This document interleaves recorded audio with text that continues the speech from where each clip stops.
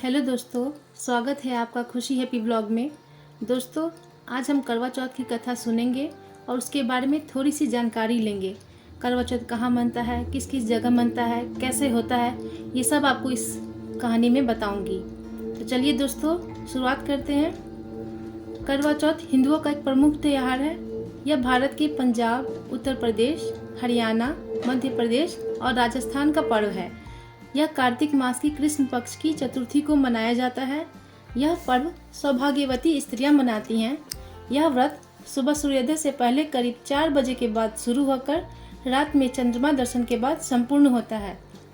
ग्रामीण स्त्रियों से लेकर आधुनिक महिलाओं तक सभी नारियां करवा चौथ का व्रत बड़ी श्रद्धा एवं उत्साह के साथ रखती हैं।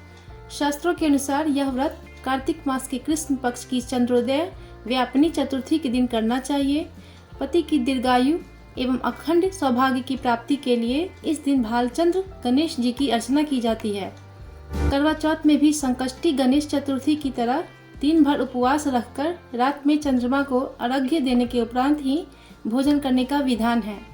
वर्तमान समय में करवा चौथ व्रतोत्सव ज्यादातर महिलाएं अपने परिवार में प्रचलित प्रथा के अनुसार ही मनाती हैं, लेकिन अधिकतर स्त्रियां निराहार रहकर चंद्रोदय की प्रतीक्षा करती हैं। कार्तिक कृष्ण पक्ष की चतुर्थी को करक चतुर्थी व्रत करने का विधान है। इस व्रत की विशेषता यह है कि केवल सौभाग्यवती स्त्रियों को ही यह व्रत करने का अधिकार है। स्त्री किसी भी आयु, जाति, वर्ण, संप्रदाय की हो, सबको इस व्रत को रखने का अधिकार है। जो सौभाग्यवती स्त्रियां अपने पति की आयु, स्वास्थ्य व सौभाग्य की कामना करती हैं, ये यह व्रत रखती हैं। यह व्रत 12 वर्ष तक अथवा 16 वर्ष तक लगातार हर वर्ष किया जाता है। अवधि पूरी होने के पश्चात इस व्रत का उद्यापन किया जाता है। जो सुहागिन स्त्रियां आजीवन रखना चाहे वे जीवन भर इस व्रत को कर सकती हैं। इस व्रत के समान सौभाग्यदायक व्रत अन्य कोई दूसरा नहीं है। अतः सुहागिन स्त्रियां अपने सुहाग की रक्षार्थ इस व्रत का सतत पालन करें। भारत देश में वैसे तो चौथ माता जी के कई मंदिर स्थित हैं, लेकिन सबसे प्राचीन एवं सबसे अधिक ख्याति प्राप्त मंदिर राजस्थान राज्य के सवाई माधोपुर जिले के चौथ का बड़वाड़ा गांव में स्थित है। चौथ माता के नाम पर इस गांव का नाम बड़वाड़ा से चौथ का बड़वाड़ा पड़ गया। चौथ माता मंदिर की स्थापना महाराजा भीमसिंह चौहान ने की थी। तो चलिए दोस्तों, अब हम कथा की शुरुआत करते हैं। बहुत समय पहले की बात है। एक साहूकार के 7 बेटे और उनकी एक बहन कड़वा थी। सभी सातों भाई अपनी बहन से बहुत प्यार करते थे, यहाँ तक कि वे पहले उसे खाना खिलाते और बाद में स्वयं खाते थे। एक बार उनकी बहन ससुराल से मायके आई हुई थी। शाम को भाई जब अपना व्यवसाय बंद कर घर आए तो देखा उनकी बहन बहुत व्याकुल थी। सभी भाई खाना खाने बैठे और अपनी बहन से भी खाना खाने का आग्रह करने लगे, लेकिन बहन ने बताया कि आज वह करवा चौथ का निर्जल व्रत रखी है और वह खाना सिर्फ चंद्रमा को देखकर उसे अर्घ्य देकर ही खा सकती है। क्योंकि चंद्रमा अभी तक निकला नहीं है, इसलिए वह भूख प्यास से व्याकुल हो उठी है। सबसे छोटे भाई को अपनी बहन की हालत देखी नहीं जाती और वह दूर पीपल के पेड़ पर एक दीपक जलाकर चलनी की ओट में रख देता है। दूर से देखने पर वह ऐसा प्रतीत होता है जैसे चतुर्थी का चांद उदित हो रहा हो।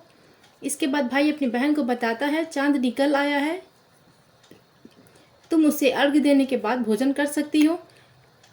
बहन खुशी के मारे सीढ़ियों पर चढ़कर चांद को देखती है। उसे अर्घ्य देकर खाना खाने बैठ जाती है। वह पहला टुकड़ा मुंह में डालती है तो उसे छींक आ जाती है, दूसरा टुकड़ा डालती है तो उसमें बाल निकल आता है, और जैसे ही तीसरा टुकड़ा मुंह में डालने की कोशिश करती है तो उसके पति की मृत्यु का समाचार उसे मिलता है। वह बौखला जाती है। उसकी भाभी उससे सच्चाई से अवगत कराती है कि उसके साथ ऐसा क्यों हुआ। करवा चौथ का व्रत गलत तरीके से टूटने के कारण देवता उसे नाराज हो गए हैं और उन्होंने ऐसा किया है। सच्चाई जानने के बाद करवा निश्चय करती है कि वह अपने पति का अंतिम संस्कार नहीं होने देगी और अपने सतीत्व से उन्हें पुनर्जीवन दिलाकर रहेगी। वह पूरे 1 साल तक अपने पति के शव के पास बैठी रहती है, उसकी देखभाल करती है। उसके ऊपर उगने वाला सुईनुमा घास को वह एकत्रित करती जाती है। 1 साल बाद फिर करवा चौथ का दिन आता है। सभी स्त्रियां भाभियां करवा चौथ का व्रत रखती हैं। जब भाभियां उसे आशीर्वाद लेने आती है तो वह प्रत्येक भाभी से यम सुई ले लो, पिया सुई दे दो, मुझे भी अपनी सुहागिन बना दो, ऐसा आग्रह करती है। लेकिन हर बार भाभी उससे अगली भाभी से आग्रह करने का कह चली जाती है। इस प्रकार जब छठे नंबर की भाभी आती है तो करवा उससे भी यह बात दोहराती है। यह भाभी उसे बताती है कि चूंकि सबसे छोटे भाई की वजह से उसका व्रत टूटा था, अतः उसकी पत्नी में ही शक्ति है कि वह तुम्हारे पति को दोबारा जीवित कर सकती है। इसलिए जब वह आए तो तुम उसे पकड़ लेना, और जब तक वह तुम्हारे पति को जिंदा न करे उसे छोड़ना नहीं। ऐसा कह के वह चली जाती है। सबसे अंत में छोटी भाभी आती है। करवा उनसे भी सुहागिन बनने का आग्रह करती है, लेकिन वह टाल मटोल करने लगती है। इसे देख करवा उन्हें जोर से पकड़ लेती है और अपने सुहाग को जिंदा करने के लिए कहती है। भाभी उससे छुड़ाने के लिए नोचती है, खसोटती है, लेकिन करवा नहीं छोड़ती। अंत में उसकी तपस्या को देख भाभी पसीज जाती है और अपनी छोटी उंगली को चीरकर उसमें से अमृत उसके पति के मुंह में डाल देती है। करवा का पति तुरंत श्री गणेश कहता हुआ उठ बैठता है। इस प्रकार प्रभु कृपा से उसकी छोटी भाभी के माध्यम से करवा को अपना सुहाग वापस मिल जाता है।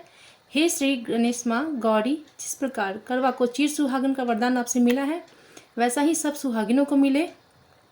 तो दोस्तों, यहाँ कथा समाप्त होती है। और जितने भी सुहागिन औरतें हैं जो ये करवा चौथ का व्रत करेंगी, उनको बहुत सारा हार्दिक शुभकामनाएं। वो बहुत अच्छे से व्रत करें